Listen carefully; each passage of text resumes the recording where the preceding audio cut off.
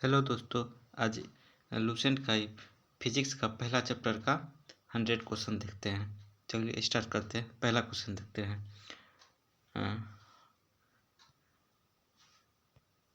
कार्य का मात्रक क्या है?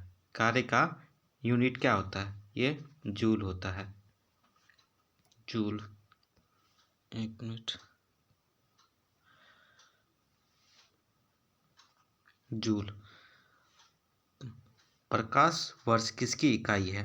प्रकाश वर्ष जो है किसकी इकाई? ये है दूरी की इकाई। बल की एसआई यूनिट क्या है? बल का एसआई यूनिट क्या होता है? न्यूटन होता है। चलिए नेक्स्ट देखते हैं। देखिए यहाँ सूची दिया गया है। सूची 1 को सूची 2 के साथ सम्मिलित कीजिए और सूचियों के नीचे दिए गए कूट प्रयोग का सही उत्तर दीजिए। देखिए सूची 1 में दिया है पहला उच्च वेग, आगे दिया हुआ मेक, तरंग दैर्ध्य, आगे दिया एंगस्ट्रॉम, दाब पास्कल, ऊर्जा जूल। इसका यूनिट मिलाना है, किसका क्या होता है। देखिए इसका आंसर हो जाएगा सी नंबर। सी नंबर में क्या है? उच्च वेग का मेक, तरंग दैर्ध्य का एंगस्ट्रॉम, दाब का पास्कल, ऊर्जा का जूल, यानी कि उसके सामने वाला ही आंसर होगा। चलिए 5वां नंबर देखते हैं।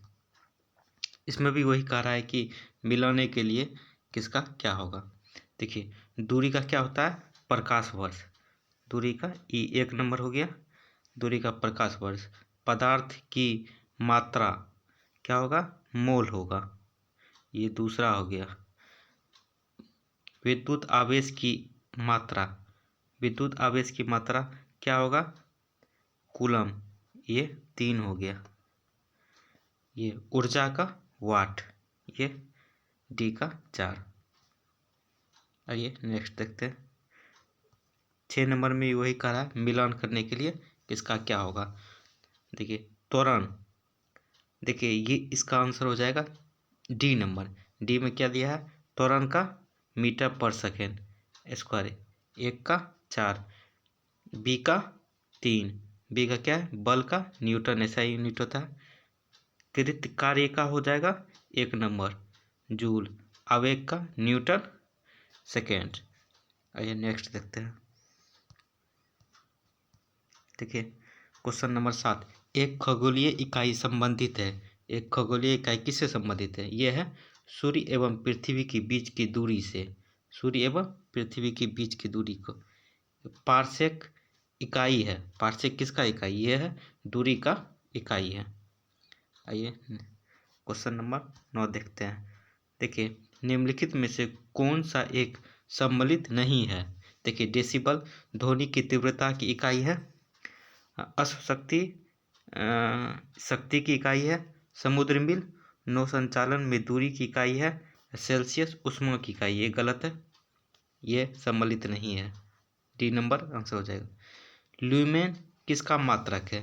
ल्यूमेन किसका मात्रक है? ज्योति तीव्रता का, ज्योति फलक का, उपयुक्त दोनों का, इनमें से कोई नहीं। ये हो जाएगा आंसर ज्योति फलक। ल्यूमेन जो है ज्योति फलक का मात्रक है। क्वेश्चन नंबर 11 देखते हैं। भौतिक मात्रा ज्योति की इकाई है। भौतिक मात्रा में ज्योति का क्या इकाई है? ये लक्स है। पास्कल इकाई है। पास्कल किसकी इकाई है? ये दाब का इकाई है। कैंडेला मात्रक है। कैंडेला किसका मात्रक है? यह है ज्योति तीव्रता का मात्रक। ज्योति तीव्रता का मात्रक। ऊर्जा की ऐसा यूनिट क्या होता है? ऊर्जा का जूल होता है। ऑप्शन में क्या दिया? Joule, Newton, hertz, pascal. आइए क्वेश्चन नंबर 15 देखते हैं। चुंबकीय क्षेत्र की माप की इकाई क्या है? चुंबकीय क्षेत्र की माप की इकाई क्या है? ये टेस्ला है। हर्ट्ज क्या मापने की यूनिट है?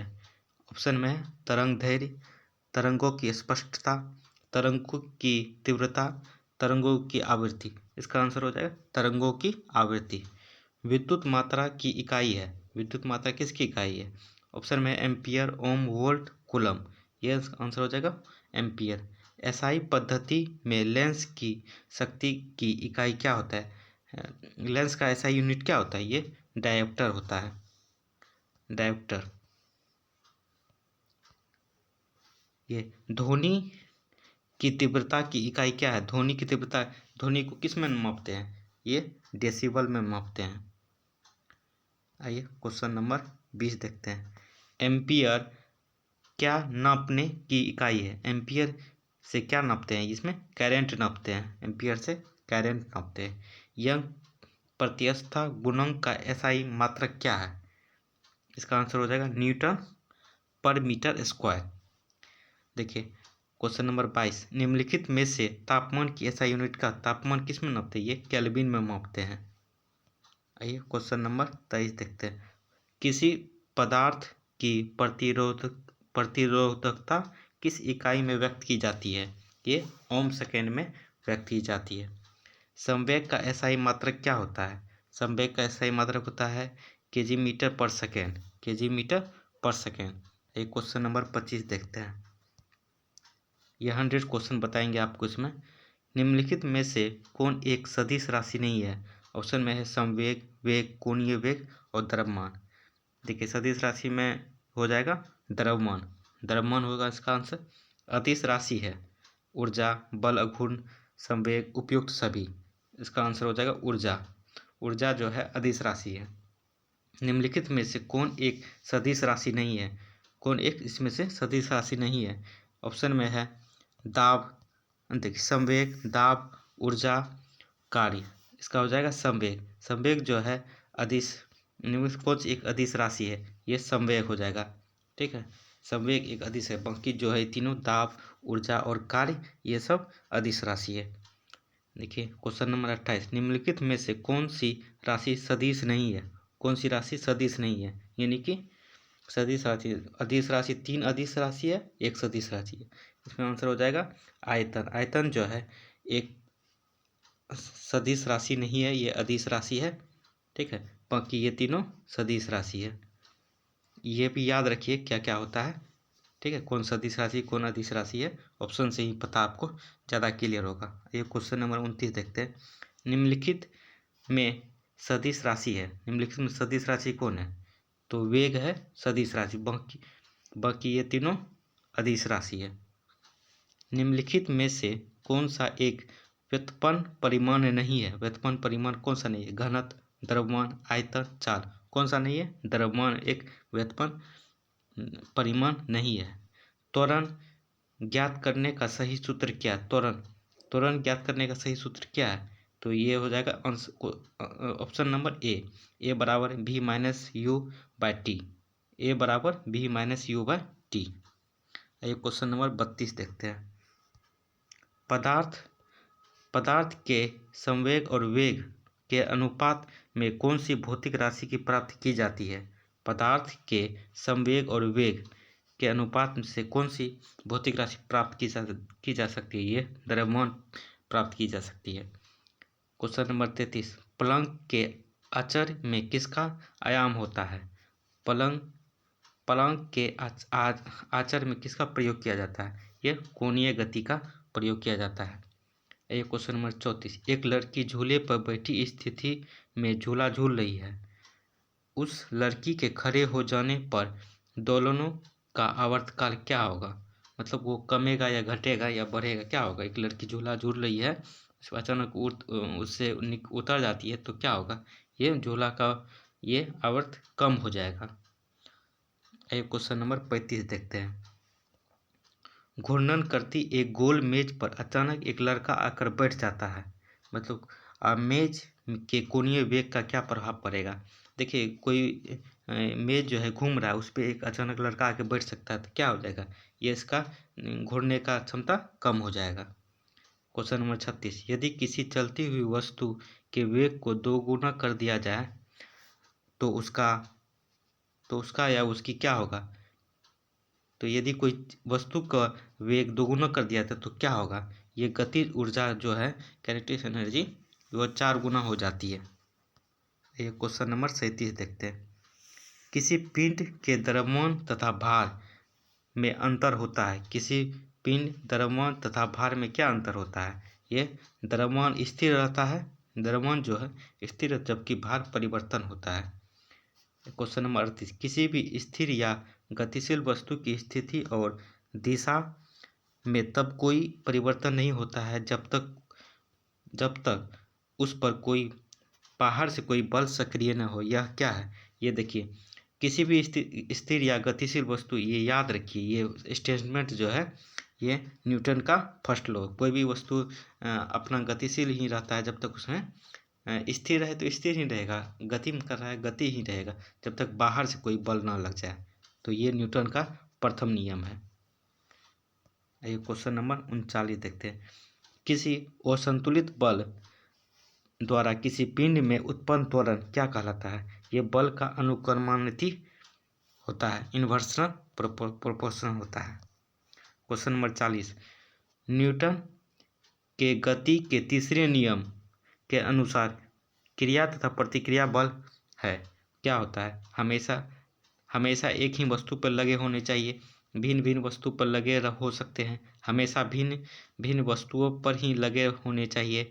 देखिए ये क्वेश्चन ऑप्शन सी हो जाएगा इसका आंसर। प्रत्येक क्रिया के बराबर एवं विपरीत दिशा में एक प्रतिक्रिया होती है, क्या है? ये न्यूटन का थर्ड नियम है कि जितना आप दूसरे पर बल लगाते हैं उतना ही बल वो आप पे भी लगाता है। ये न्यूटन का थर्ड लॉ कहता है। जल में तैरना न्यूटन की गति के किस नियम का संभव है? ये जल में तैरना जो है न्यूटन का थर्ड लॉ दर्शाता है। कोई पिंड तब तक विराम अवस्था में ही बना रहेगा जब तक उस पर कोई बाह्य बल कार्य नहीं करता। यह कथन किसका है? यह न्यूटन का कथन है, फर्स्ट लॉ, फर्स्ट लॉ। ठीक है।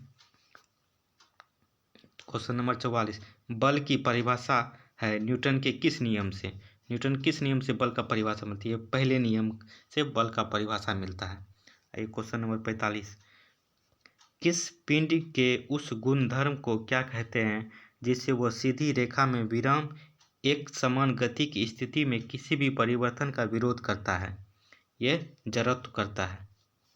जड़त्व, इनर्शिया, इंग्लिश में इनर्शिया कहते हैं।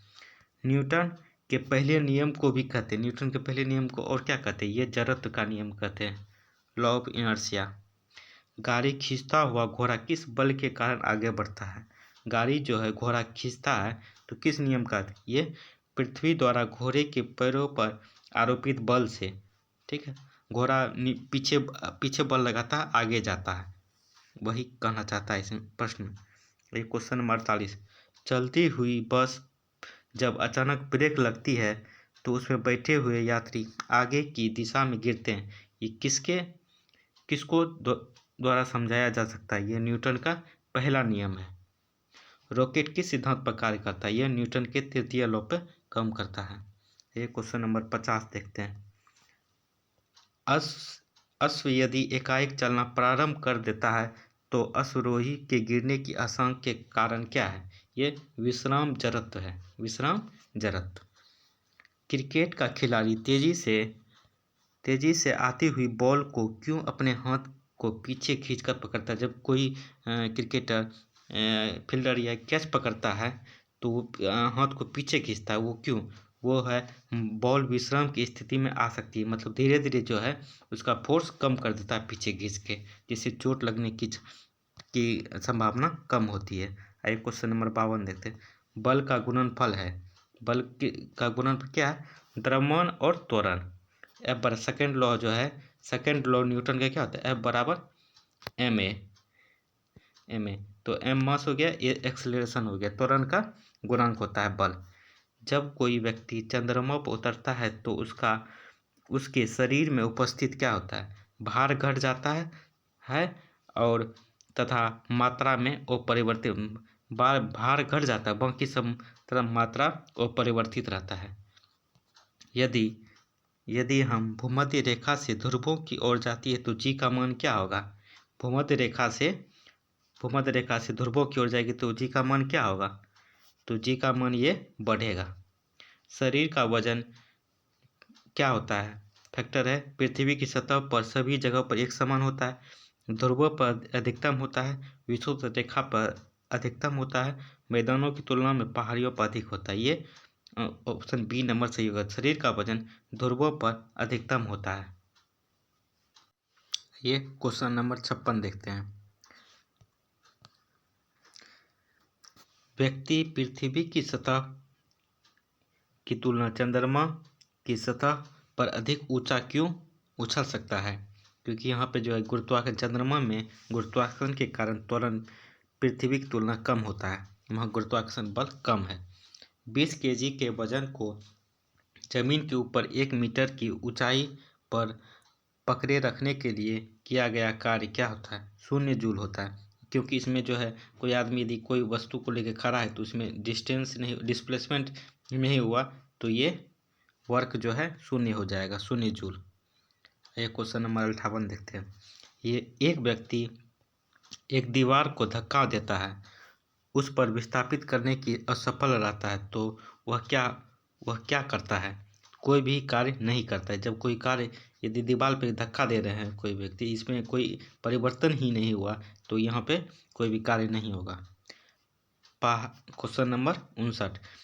पहाड़ी पर चढ़ता एक व्यक्ति आगे की ओर झुक जाता है क्योंकि तेज चल सके, फिसलने की संभावना कम हो जाए, शक्ति परीक्षण हेतु, स्थायित्व बढ़ाने के लिए, क्वेश्चन नंबर 59 का स्थायित्व बढ़ाने के लिए आगे की ओर झुक जाता है। Question number 60। पीसा के ऐतिहासिक मीनार तिरछी होते हुए भी नहीं गिरती है क्योंकि इसके गुरुत्व केंद्र से जाने वाली ऊर्ध्वाधर रेखा आधार से होकर गुजरती है। इसका आंसर हो जाएगा, इसके गुरुत्व केंद्र से जाने वाली ऊर्ध्वाधर रेखा आधार से होकर जाती है। आइए क्वेश्चन नंबर 61 देखते हैं। जाड़े के रातों में अत्यधिक ठंड पड़ने पर पानी की पाइप फट जाती है क्योंकि, तो इसमें जो है ना आयतन बढ़ जाता है। यदि कोई गिलास में आप लिक्विड रखिए, ठीक है, तो वो यदि बर्फ़ जमने लगेगा तो ये आयतन धीरे धीरे ऊपर हो जाएगा, मतलब इसका ये ऊपर हो जाएगा। उसी पाइप में जब भी रहता है पानी तो वो जम जाता है तो उसका आयतन बढ़ने लगता है, जिससे पाइप फट जाता है। देखिए क्वेश्चन नंबर 62। पानी से भरी डाट लगी बोतलें जमने पर टूट जाती है क्योंकि ये जमने पर जल का आयतन बढ़ जाता है। जल के आयतन में क्या परिवर्तन होगा यदि तापमान 9 डिग्री सेल्सियस से गिरकर 3 डिग्री सेल्सियस कर दिया जाता है? तो आयतन पहले बढ़ेगा और बाद में घटेगा। पहले जो है आयतन बढ़ेगा, फिर बाद में घटेगा। ये क्वेश्चन नंबर 64 देखते हैं। एक झील में तैरने वाली इस्पात की नाव के लिए नाव द्वारा विस्थापित पानी का भार कितना होगा? तो इसका आंसर हो जाए क्वेश्चन नंबर सी, नाव के उस भाग के भार के बराबर जो झील के पानी की सतह से नीचे है। Question number 65। किसी कालीन की सफाई के लिए यदि किसी छड़ी से पीटा जाए तो उसमें कौन सा नियम लागू होगा? ये न्यूटन का फर्स्ट लॉ लागू होगा। किसी कालीन की सफाई के लिए यदि किसी छड़ी से पीटा जाए तो उसमें कौन सा, देखिए जब गदा पीटते हैं तो उसमें जो भी धूल होता है उड़ने लगता है। ये न्यूटन का फर्स्ट लॉ इंडिकेट करता है। सड़क पर चलने की अपेक्षा बर्फ पर चलना कठिन होता है क्योंकि बर्फ सड़क से सख्त होती है। सड़क बर्फ से सख्त होती है। जब हम अपने पैरों से धक्का देते हैं तो बर्फ कोई प्रतिक्रिया व्यक्त नहीं करती है। बर्फ में सड़क की अपेक्षा घर्षण कम होता है। बर्फ देखते हैं आपकी बहुत स्मूथ होता है, इस पर चलिएगा फिसल जाएगा। यही होता है कि इस बर्फ में सड़क की अपेक्षा घर्षण कम होता है, इसलिए बर्फ पे चलना कठिन होता है। Question number 67। रोड़ी युक्त सड़क की तुलना में बर्फ पे चलना कठिन होता है क्योंकि बर्फ मुलायम एवं स्पंजी होता है जबकि रोड़ी कठोर होता है। देखिए क्वेश्चन नंबर बी, पैर तथा बर्फ के मध्य घर्षण बल रोड़ी एवं पैर के मध्य घर्षण बल तुलना में कम होता है। क्वेश्चन नंबर बी आंसर हो जाएगा। ये क्वेश्चन नंबर 68 देखते हैं। क्वेश्चन 67 का क्वेश्चन नंबर बी आंसर हो जाएगा। 68। लकड़ी के सिलेंडर के पात्र बैरल को खींचने की जगह लुढ़काना आसान होता है क्योंकि लुढ़काना जो है अवस्था का घर्षण बल फिसलन अवस्था के घर्षण बल की तुलना में बहुत कम होता है। क्वेश्चन नंबर 69 देखते हैं। 69। एक नदी में चलता हुआ जहाज समुद्र में आता है तो जहाज का स्तर थोड़ा ऊपर हो जाता है, ठीक है।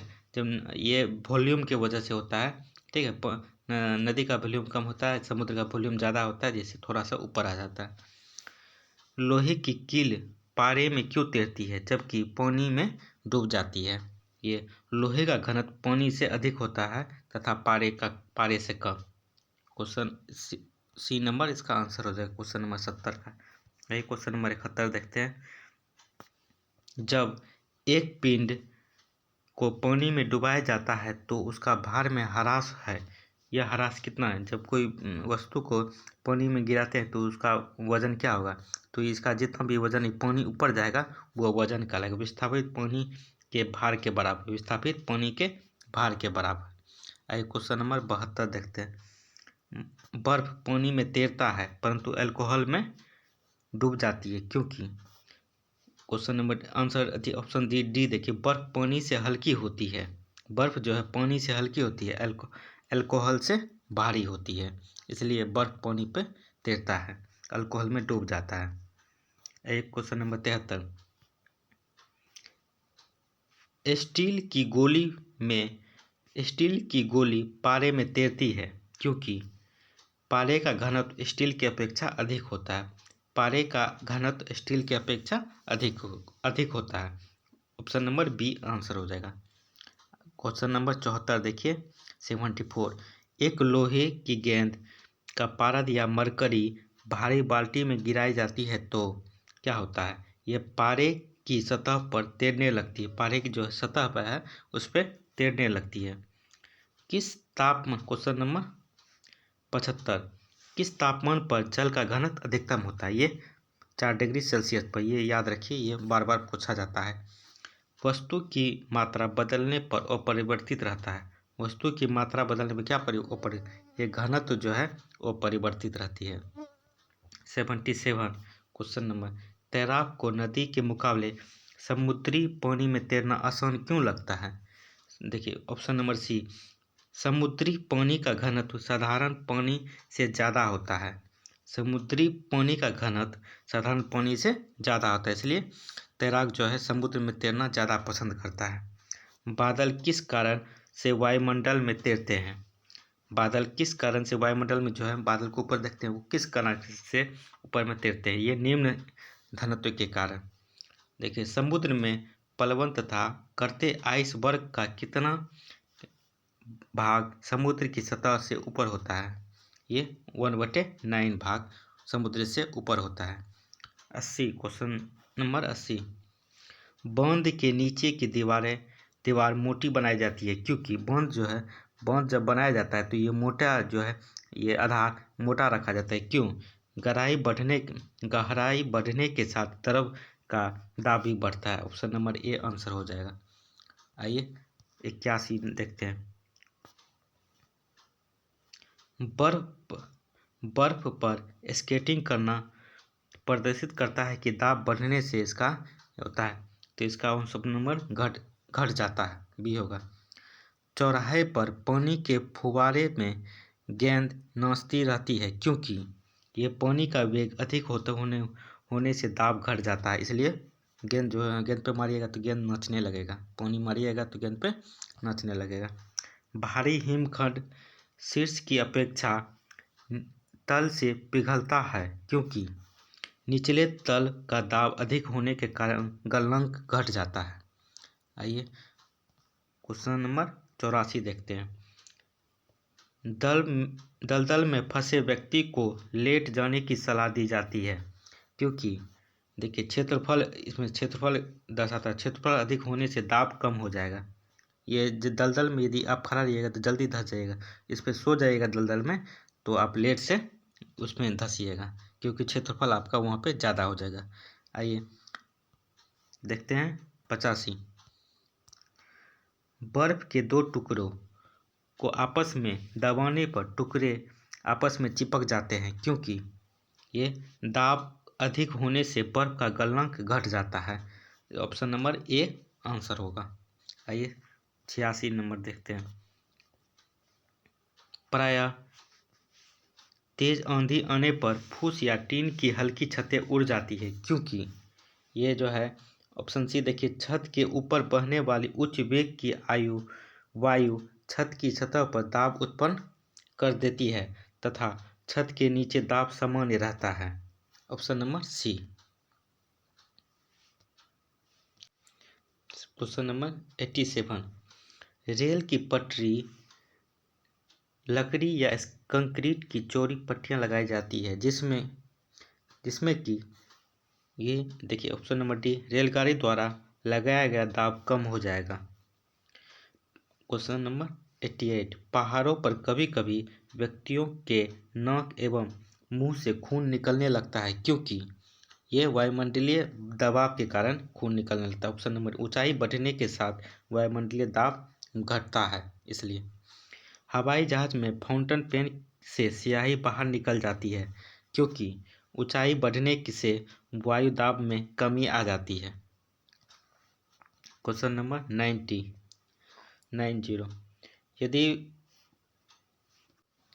यदि पृथ्वी का द्रव्यमान वही रहे और त्रिज्या 1% कम हो जाए तब पृथ्वी के तल पर जी का मान क्या होगा? ये 2% बढ़ जाएगा।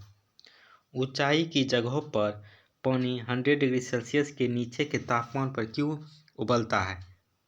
ये क्यों उबलता है? तो वह क्योंकि वायुमंडलीय दाब कम हो जाता है अतः उबलने की बिंदु नीचे आ जाता है। 92 देखिए, साबुन के बुलबुले के अंदर का दाब क्या होता है? ये वायुमंडलीय दाब से अधिक होता है। 93 देखिए, हम दलदली सड़कों पर क्यों फिसलते हैं? क्योंकि इसमें घर्षण कम होता है। जब बैरोमीटर का पारा अचानक गिर जाए तो यह घोतक है, क्या इंडिकेट करता है? ये आंधी या झंझावात की संभावना को इंडिकेट करता है। 95 क्वेश्चन नंबर, हाइड्रोजन से भरा हुआ पॉलीथीन का एक गुब्बारा पृथ्वी के तल से छोड़ा जाता है तो वायुमंडल की ऊंचाई पर जाने लगता है क्योंकि गुब्बारे में अमाप में वृद्धि होती है। गुब्बारे की अमाप में वृद्धि होती है। 96 क्वेश्चन नंबर 96, समतल की अपेक्षा पर्वतों पर सांस लेना क्यों कठिन होता है? क्योंकि ऊंचाई के बढ़ने पर वायुदाब घट जाता है और ऑक्सीजन की आवश्यकता बढ़ जाती है। 97, जब 14 वायुदाब मापी किसी ऊंचे पर्वत पर ले जाता है तो नालिका में पारा गिर जाता है क्योंकि वहाँ पर वायुमंडलीय दाब निम्न हो जाता है। 98, उड़ान से पहले हवाई जहाज दौड़ मार्ग उड़ाता है। उड़ान से पहले हवाई जहाज एक रनवे पर उड़ता है क्यों? कार्यकारी वायुदाब बढ़ने के लिए। 99, हाइड्रोजन से भरा रबर का गुब्बारा वायु में ऊपर जाकर फट जाता है क्योंकि ये वायुदाब घट जाता है वहाँ पे जाके, इसलिए हाइड्रोजन का भरा गुब्बारा वहाँ जाके फट जाता है। प्रेशर कुकर में खाना कम समय में पकता है क्योंकि इसमें अधिक दाब के कारण उबलते हुए पानी का दाब बढ़ जाता है। देखिए, ये 100 क्वेश्चन, टॉप 100 क्वेश्चन बताए हैं आपको। तो नेक्स्ट आने वाला भी वीडियो है उसमें भी 100 क्वेश्चन आपको हम बताएंगे। इसके लिए आप मेरे चैनल को सब्सक्राइब कर दें और कमेंट ज़रूर करें कि कैसा लगा वीडियो। चलिए, थैंक यू। जय हिंद, जय भारत।